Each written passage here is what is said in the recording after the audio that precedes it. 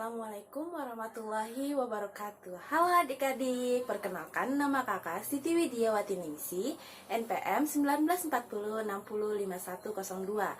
Kakak masih berkuliah di Universitas Borneo Tarakan, jurusan Pendidikan Guru Sekolah Dasar. Di sini kakak akan mengajak adik-adik untuk belajar bersama kakak. Di sini kita akan belajar pembelajaran kelas 5, tema 4, sehat itu penting. Subtema 1, peredaran darahku sehat. Pembelajaran 1. Kompetensi inti. 1. Menerima, menjalankan, dan menghargai ajaran agama yang dianutnya. 2. Menunjukkan perilaku jujur, disiplin, santun, percaya diri, peduli, dan bertanggung jawab dalam berinteraksi dengan keluarga, teman, guru, tetangga, dan negara. 3. Memahami pengetahuan faktual, konseptual, prosedural, dan metakognitif pada tingkat dasar dengan cara mengamati, menanya, dan mencoba berdasarkan rasa ingin tahu tentang dirinya, makhluk ciptaan Tuhan dan kegiatannya, dan benda-benda yang dijumpainya di rumah, di sekolah, dan tempat bermain. 4.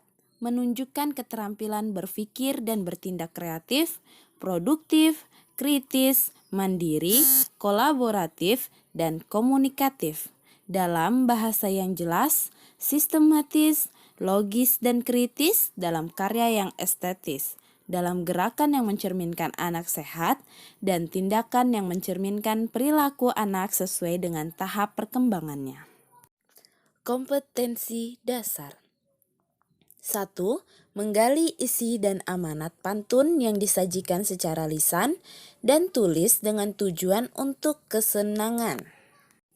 2. Menjelaskan organ peredaran darah dan fungsinya pada manusia serta cara memelihara kesehatan organ peredaran darah manusia.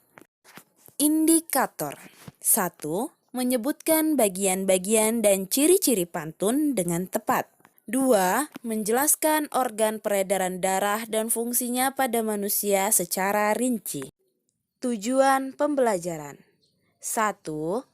Dengan kegiatan mencari tahu tentang pantun, siswa dapat menyebutkan bagian-bagian dan ciri-ciri pantun dengan tepat. 2. Dengan kegiatan mengamati gambar peredaran darah manusia, siswa dapat menjelaskan organ peredaran darah dan fungsinya pada manusia secara rinci. Mari kita membaca pantun. Jalan-jalan ke Gunung Pancar. Sampai sana melihat-lihat.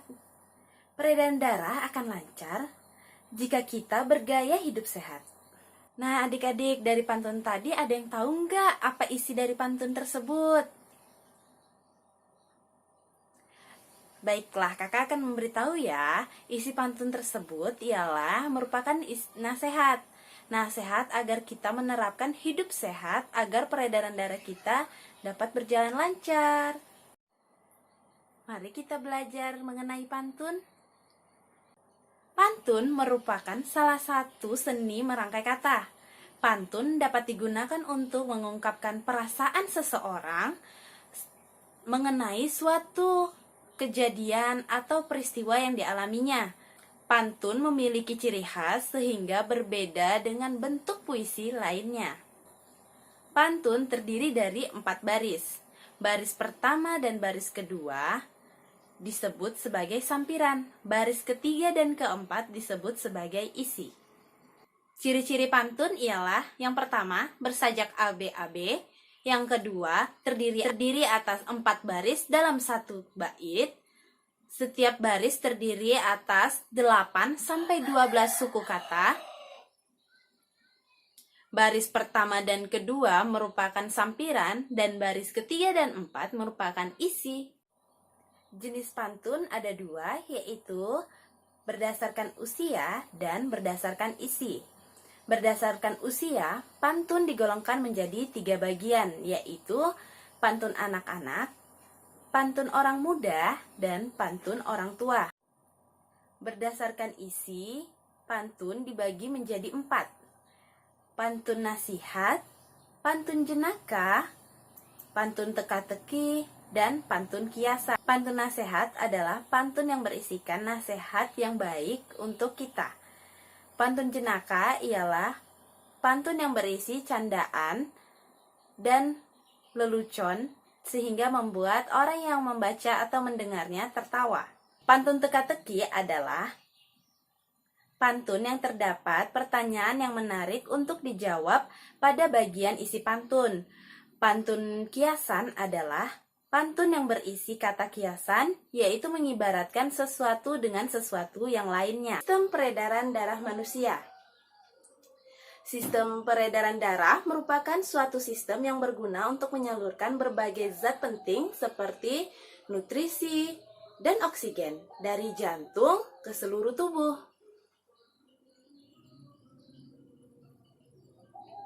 Peredaran darah manusia ada dua, yaitu peredaran darah tertutup dan peredaran darah ganda. Peredaran darah tertutup ialah karena darah mengalir dari pembuluh darah yang saling berhubungan.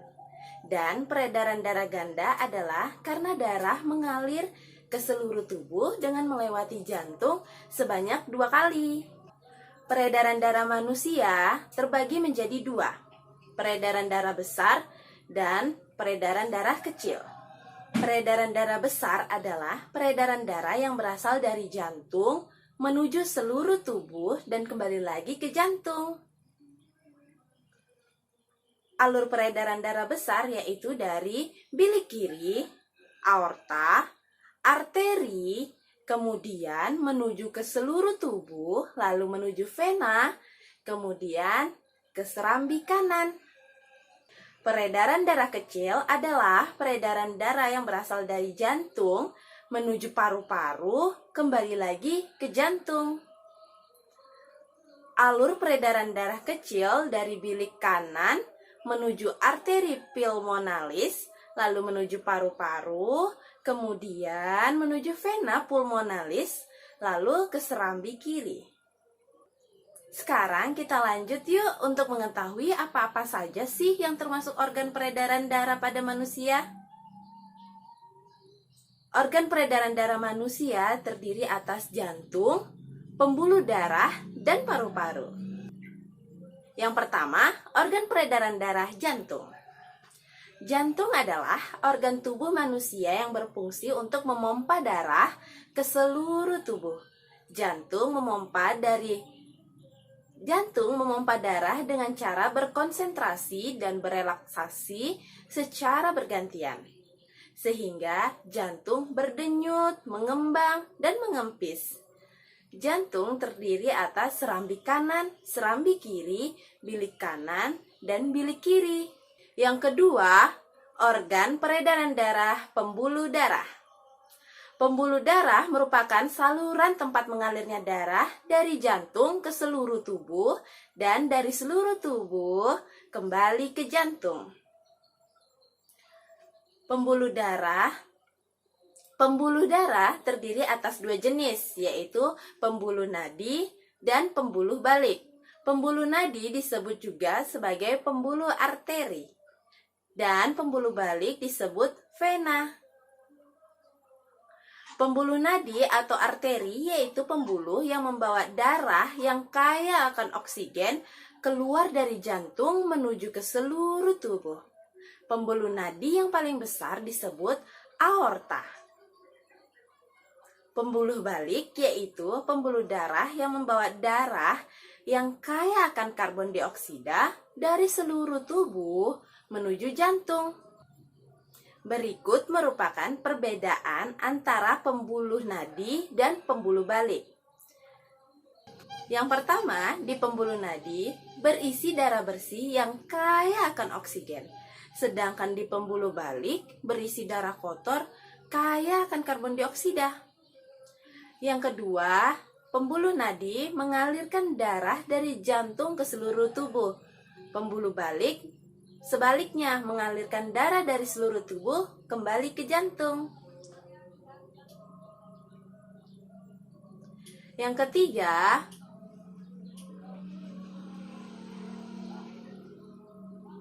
Yang ketiga, di pembuluh nadi, denyut dapat dirasakan saat ditekan, sedangkan pembuluh balik, denyut tidak terasa saat ditekan. Yang keempat, dinding pembuluh darah kuat, tebal, dan elastis pada pembuluh nadi, dan pada pembuluh balik, dinding pembuluh darah tipis dan tidak elastis. 5. Pembuluh nadi terletak agak ke dalam, tersembunyi dari permukaan kulit. Pembuluh balik letaknya dekat permukaan tubuh dan tampak kebiru-biruan.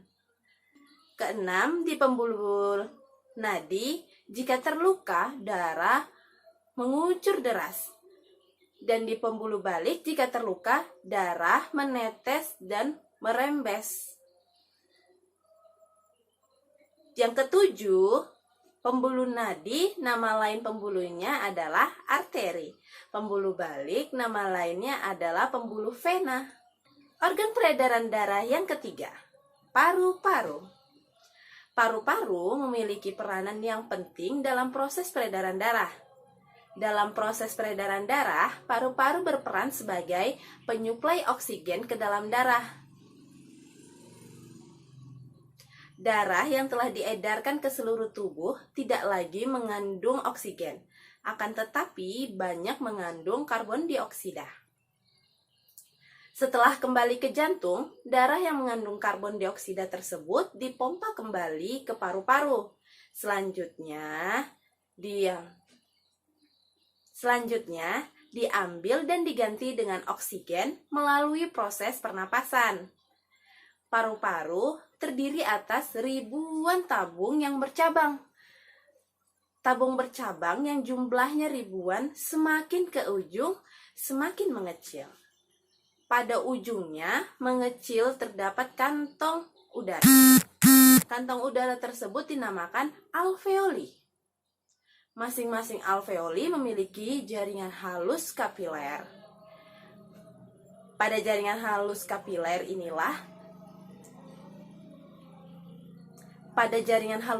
inilah tempat terjadinya pertukaran oksigen dan karbon dioksida. Terima kasih adik-adik telah mengikuti pembelajaran kakak pada hari ini. Semoga apa yang kakak sampaikan dapat memberikan pengetahuan yang lebih luas untuk kalian semua ya. Dadah, Assalamualaikum warahmatullahi wabarakatuh.